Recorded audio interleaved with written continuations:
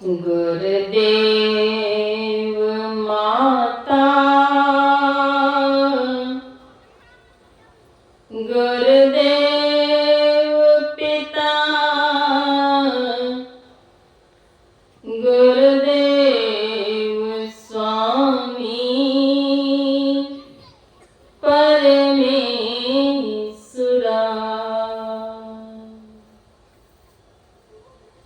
सद्गुरु नमो सत्य ज्ञानम स्वरूपम सदाचारि पूर्ण सदानंद रूपम। यज्ञं जपं तप फलं न कामी। यक सद्गुरु पर नमामि नमामि। यक सद्गुरु पर नमामि नमामि।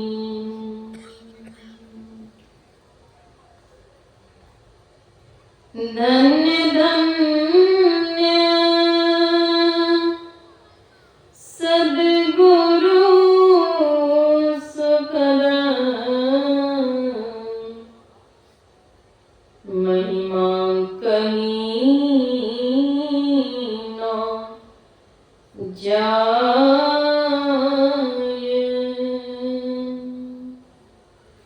जो कछु कहाँ तुम्हारी कृपा, मोती कछु न बसाए। जो कछु कहाँ तुम्हारी कृपा, मोती कछु न बसाए। श्री सद्गुरु महाराज की जय।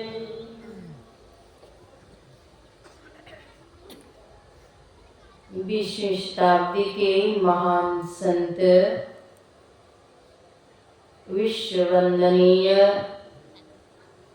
सतत स्मरणीय जगदोद्धारक परमाराध्य श्री सद्गुरु महाराज के पावन युगल चरणों में शतकोटि वंदन। गुरुदेव महर्षि संत सेवी परमहंस जी महाराज के पावन युगल चरणों में सादर कोटि वंदन। मंचासीन साध्वी बहन, सत्संग प्रेमी महानुभावों, भक्तिमती माताओं एवं पुण्यवती बहनों, सबों का सादर अभिवंदन।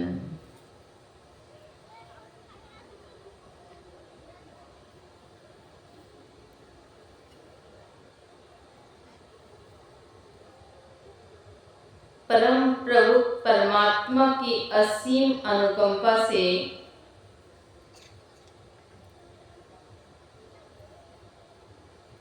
सत्संग सुलभ होता है।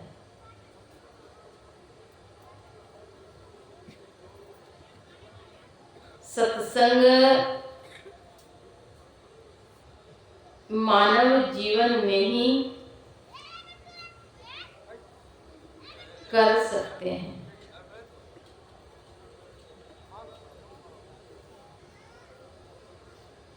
इस शरीर को साधन का धाम और मोक्ष का द्वार भी कहा गया है।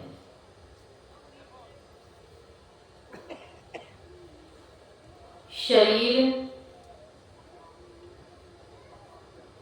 रहते अगर भगवत भजन नहीं किया, समय रहते अगर भगवत भजन नहीं किया, अंत में पश्चाताप के सिवा कुछ हाथ आने वाला नहीं है।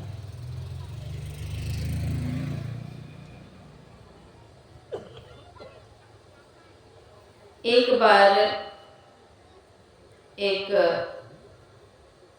महात्मा जी सत्संग कर रहे थे। सत्संग सुनने के लिए बहुत से लोग एकत्रित थे।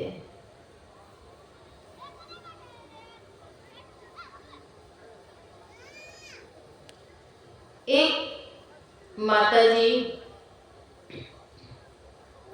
के मन में हुआ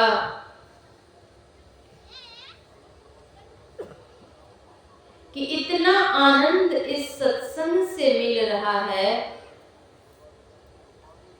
तो क्यों नहीं अपने दरवाजे को, घर को पावन बनाने के लिए, अपने जीवन को बड़भागी बनाने के लिए क्यों नहीं कल अपने यहाँ संतों के चरण रज लिए जाएं, अर्थात अपने यहाँ सत्संग आयोजित किए जाएं। सत्संग संपन्न होने के पश्चात श्रद्धालु माताजी ने अनुनय विनय किया संत जी से। कहा कि कल मेरे यहाँ सत्संग कर लीजिए और भोजन भी कर लीजिए। यही मेरी प्रार्थना है आपसे। मेरे अन्न को, गृह को पावन कर दीजिए। संतों का भोजन बड़ा ही पुण्यकारी होता है।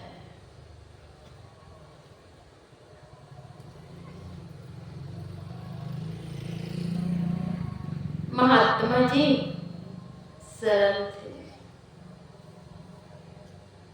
उनके अनुनय विनय को स्वीकार कर लिए और कहा ठीक है, कल आपके यहाँ सत्संग हो जाएगा।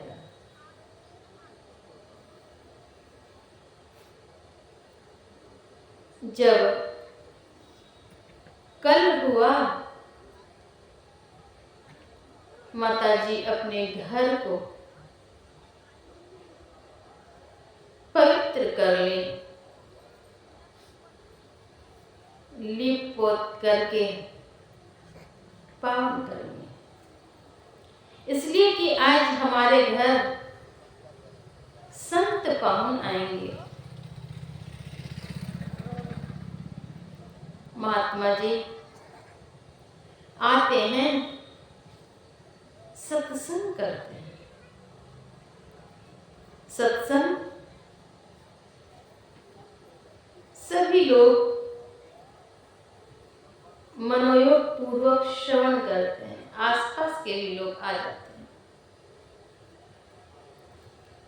सत्संग संपन्न के पश्चात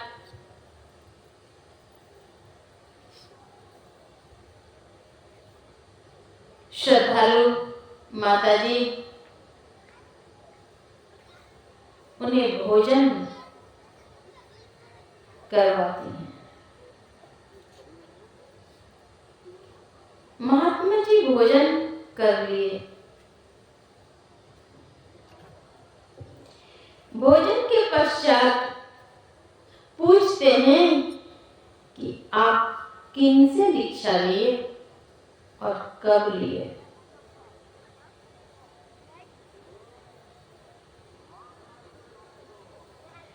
उन्होंने कहा, दीक्षा तो मैंने अभी नहीं ली है। इतना कहना था कि महात्मा जी वहां से उठ करके कुछ डग चल करके आगे जहां नाला बहने का स्थान था वहीं पर बैठ करके 3 अंगुली अपने कंठ में डाल करके वमन करती है।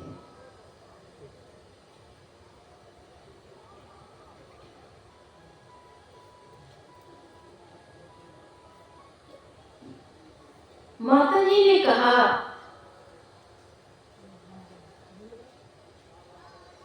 संत जी से मेरी कोई गलती तो नहीं हो गई? क्या हो गया? उल्टी हो गई, उल्टी कर दी। महात्मा जी ने कहा, गलती आपसे नहीं, गलती मुझसे हुई है। मुझे पहले ही इस बात को पूछना था, मैंने पूछा ना। गलती मुझसे हो गई है। फिर उन्होंने अनुनय विनय किया, मुझसे क्या गलती हो गई? महात्मा जी कहते हैं, जो कोई दीक्षा नहीं लिए होते हैं उनका अन्न शुद्ध नहीं होता। इसलिए मैंने बिना पूछे भोजन कर लिया, तो जाकर के मैंने उल्टी कर दी।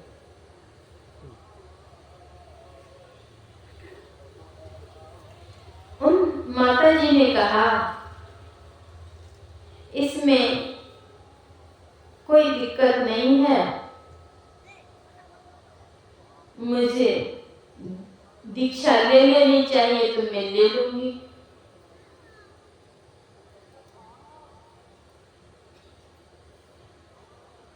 फिर उन्होंने कहा कि मैं गुरु खोजने और कहाँ जाऊंगी, जब सामने में आप आ ही गए हैं तो आप मुझे दीक्षा दे दीजिए, आप मेरे गुरुदेव हो जाइए। महात्मा जी ने कहा, कल सुबह स्नान करके पवित्र वस्त्रों को धारण करके फूल माला प्रसाद दक्षिणा लेकर के आइए और मैं क्रिया बतला देता हूँ, दीक्षा बतला देता हूँ। माता जी ने वैसा ही किया। इससे पहले उन्होंने अपने पतिदेव से कहा कि आप भी भजन वेद ले लीजिए, द्वार पर संत पाहुन आए, गुरु को खोजने और अन्यत्र कहाँ जाएंगे? सौभाग्य है कि अपने घर आए हुए हैं, दे दीजिए। उनके पतिदेव ने कहा कि अभी 2 मास चल रहा है, यह समय ठीक नहीं है, आगे 2 मास जब खत्म हो जाएगा, कार्तिक मास के पावन समय में मैं दीक्षा लूंगा। पत्नी ने कहा, आप नहीं लीजिए तो नहीं लीजिए, मैं तो आज ही ले लूंगी। उन्होंने दीक्षा ले ली। कुछ दिनों के बाद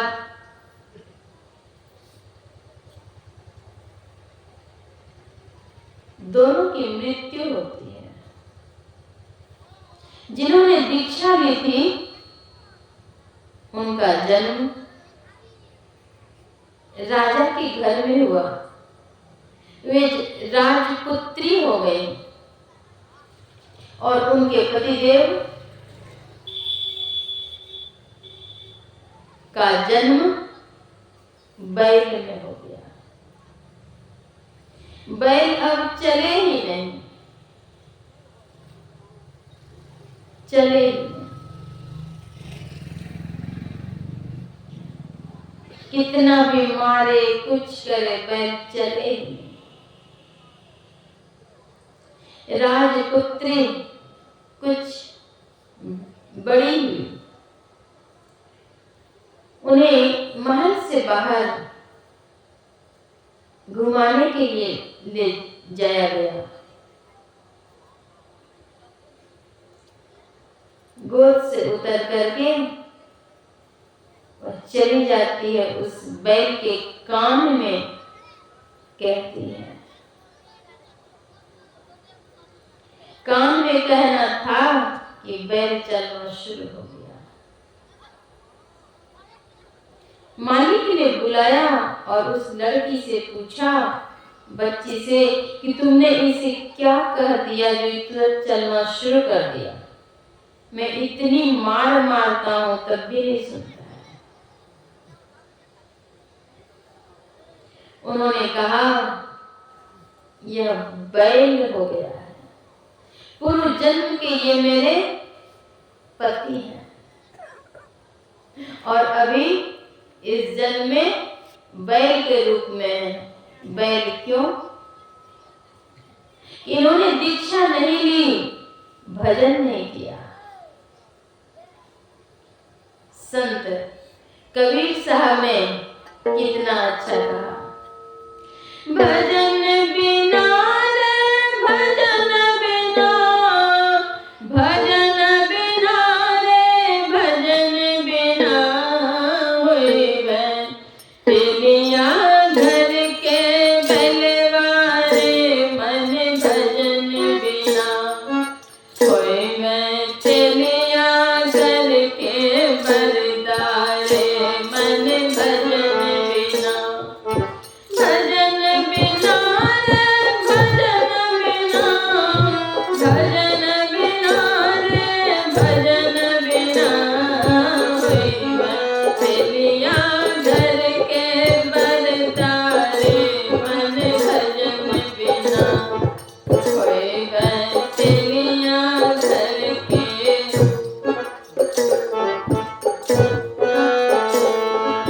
भोरे भोरे उठी के आँख ने बड़का खोल सपने का, भोरे भोरे उठी के आँख ने बड़का खोल सपने का, खोल चढ़ता अपना चढ़ता, पत्थर कहला रहता रे, मन भजन बिना, होए बन तेलिया घर के बरदारे, मन होए बन तेलिया घर के बरदारे, मन भजन बिना, होए बन।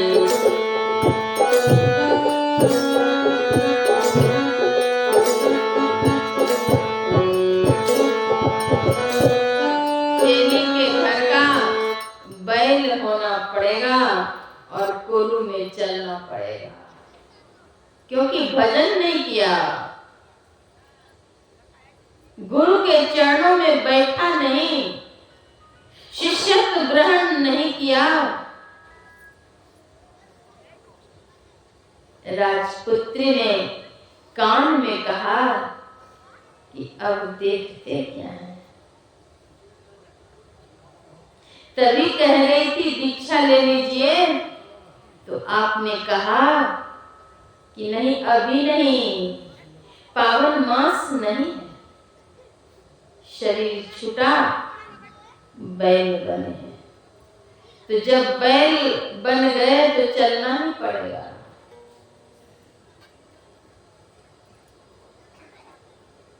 राजा इस बात को जान गए कि मेरी पुत्री का पति था यह। तो राजा ने उसे कोलू में चलना छोड़वा दिया। यह भी राजपुत्री के भजन के प्रभाव से हुआ। लागल करम में अगिया, लागल करम में अगिया, यही विश्वा आई के हो।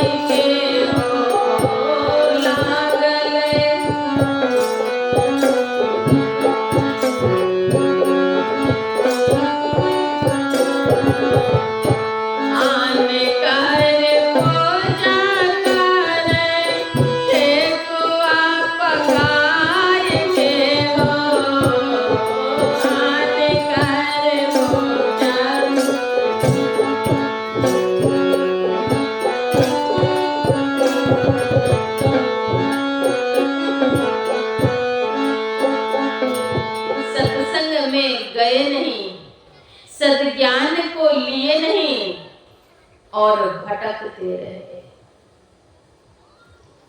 सत्संग के ज्ञान के अभाव में क्या खाना चाहिए और क्या नहीं खाना चाहिए, इसका भी ज्ञान नहीं रख पाए।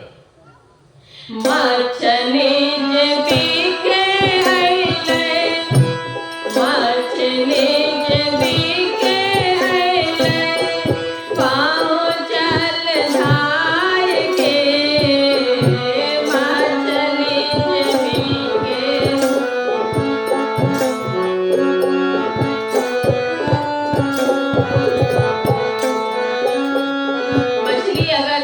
के लिए आया तो दौड़ करके चले गए। हर में बाटे धनिया बाटे, सरसों मिलाए के, हर में बाटे धनिया बाटे, सरसों मिलाए के, लागल करम में अगिया,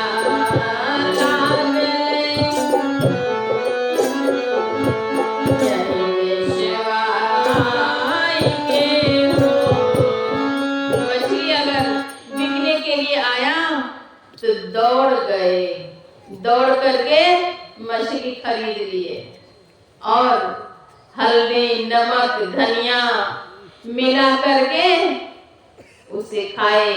कैसे? मुर्दा को खाए, नहा नहा करके खाए। मानव ज्ञान के अभाव में अपकर्म कर रहा है। पंच महापापों की मनाही सभी संतों ने की है। झूठ, चोरी, नशा, हिंसा और व्यभिचार, इन पंच महापापों का परित्याग करने के लिए कहते हैं।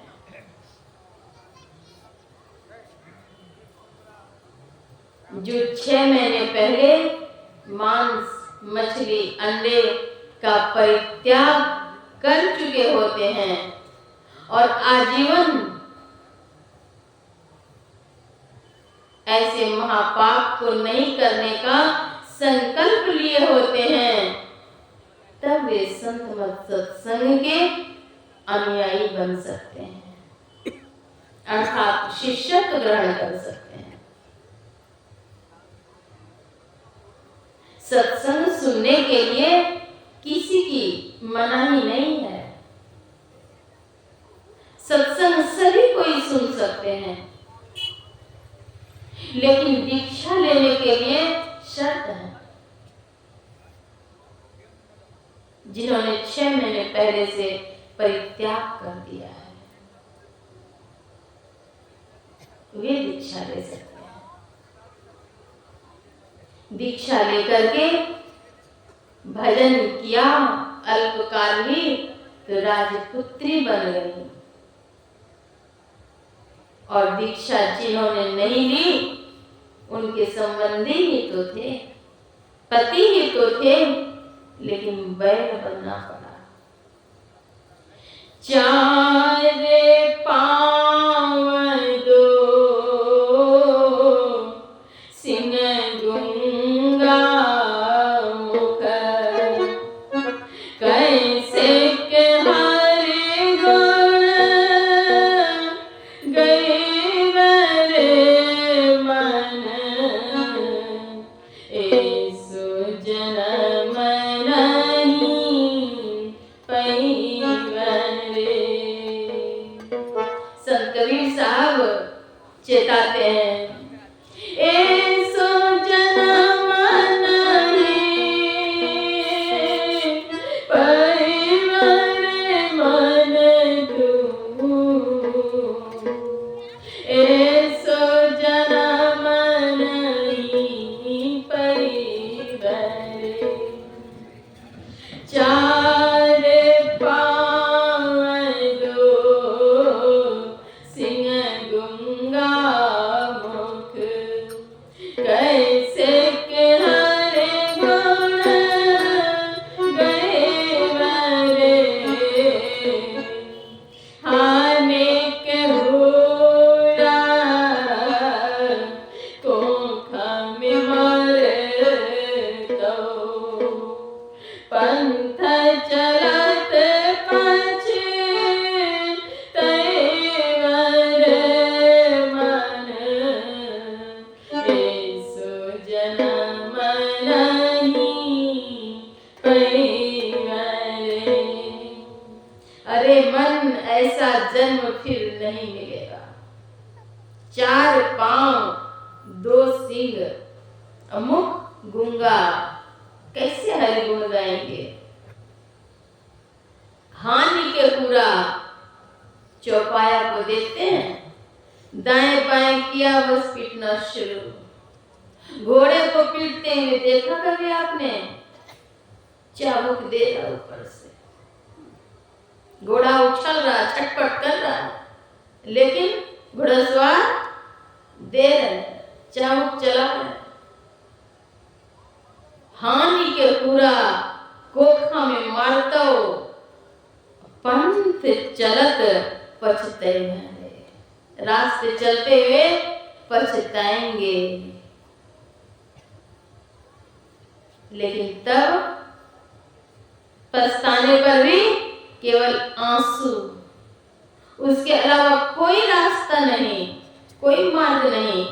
तब अवसर नहीं है कि आप दीक्षा लेकर के भजन कर सकते हैं।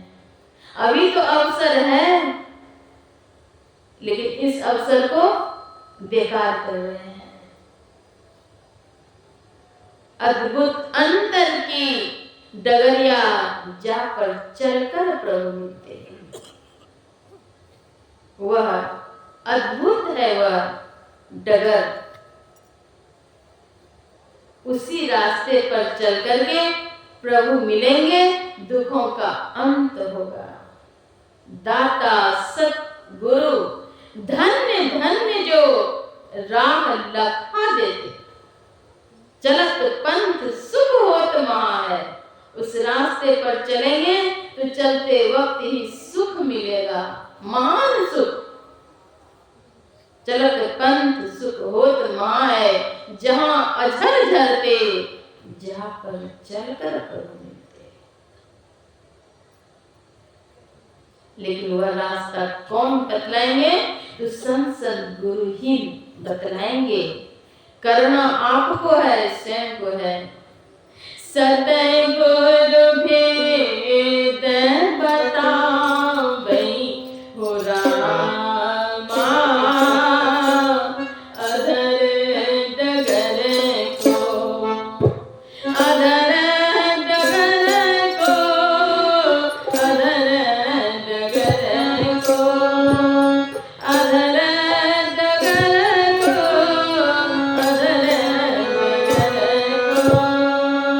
सतगुरु भेद बतावै हो रामा, अधर डगर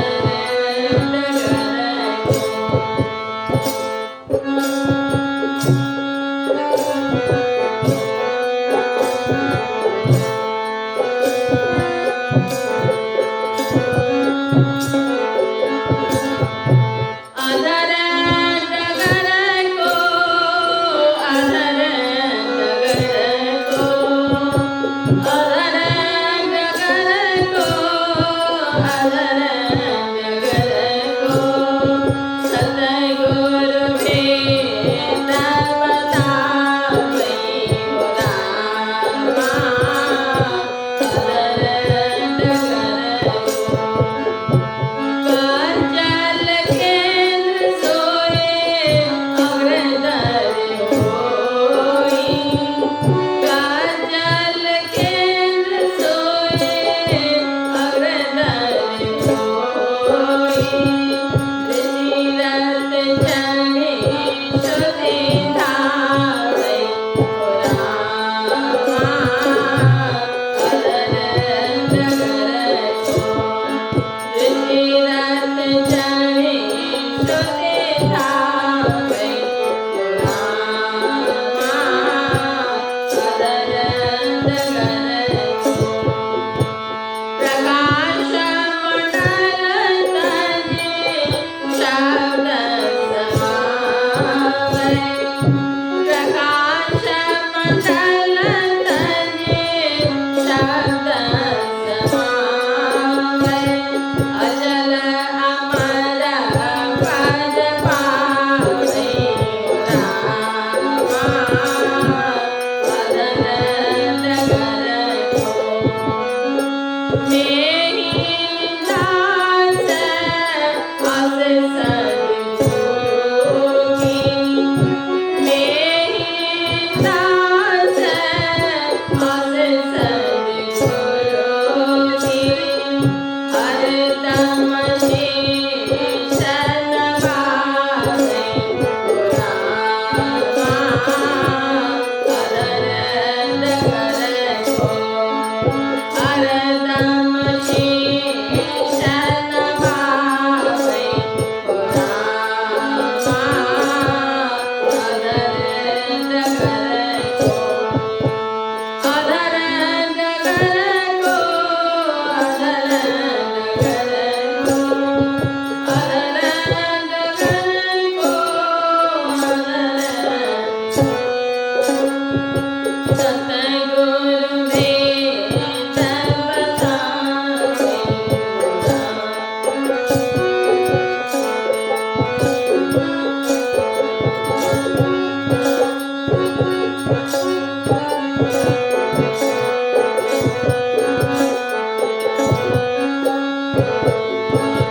उस डगर को बतलाने वाले कौन हैं? तो संत सद्गुरु हैं। दृष्टि रथ चढ़ी श्रुति धावै। किस रथ पर चढ़ करके जाएंगे? तो दृष्टि रथ पर। प्रकाश मंडल तजी शब्द समावै। दृष्टि योग की साधना करेंगे, फिर नादानुसंधान की साधना करेंगे और उसके बाद अचल अमर पद, वह पद जो अचल है, वह अमर है, उस पद की प्राप्ति होगी। किसी भी पद से, संसार के पद से रिटायरमेंट है, रिटायर्ड हो जाएंगे, हमेशा के लिए नहीं है। वह पद स्थायी नहीं है। प्रिंसिपल का हो, कलेक्टर का हो, मिनिस्टर का हो, स्वीपर का हो, ऑफिसर का हो, किन्हीं का पद स्थायी नहीं है। लेकिन वह जो परम पद है वह स्थायी है, अचल है, अमर है। अचल अमर पद पावे, लेकिन उस पद की प्राप्ति के लिए प्रयत्न क्या करने पड़ेंगे? तो सत्संग करना पड़ेगा, सदगुरु का शिष्यत्व ग्रहण करना पड़ेगा।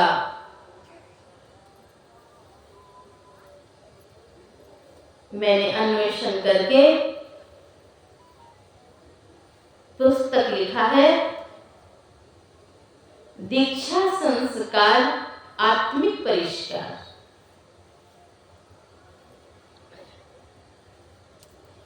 संबंधित पुस्तक और है, चाबी सतगुरु पास सकी,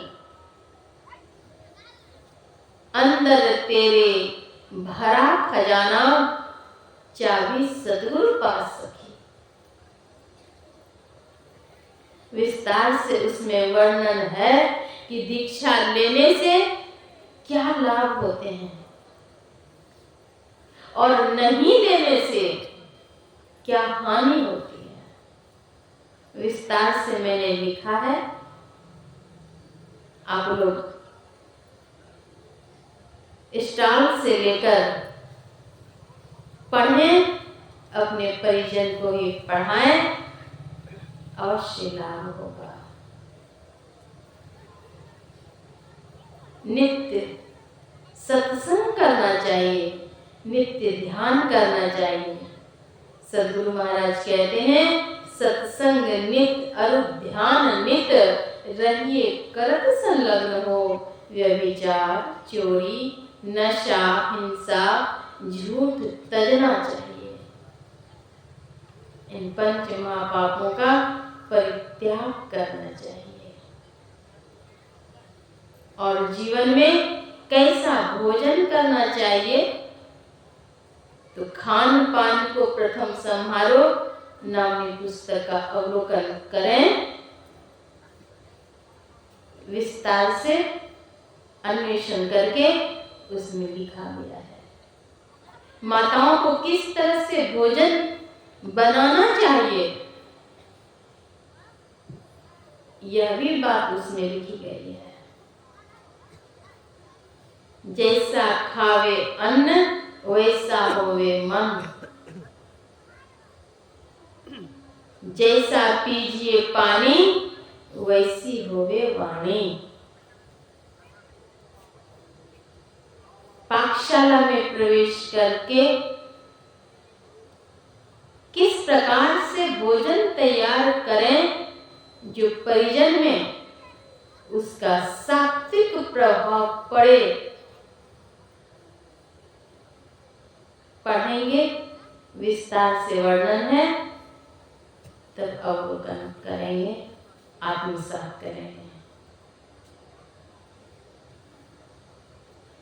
आप लोग बहुत श्रद्धा प्रेम से एकाग्रता पूर्वक शांति पूर्वक सत्संग श्रवण कर रहे हैं। सद्गुरु महाराज की कृपा अवश्य ही बरस रही है, बरसेगी। सबों के लिए हार्दिक शुभकामनाएं, आशीष मंगल कामनाएं। फिर हम लोग अगले सत्र के सत्संग में पुनः इसी प्रकार से शांत भाव से सत्संग श्रवण करेंगे। श्री सद्गुरु महाराज की जय।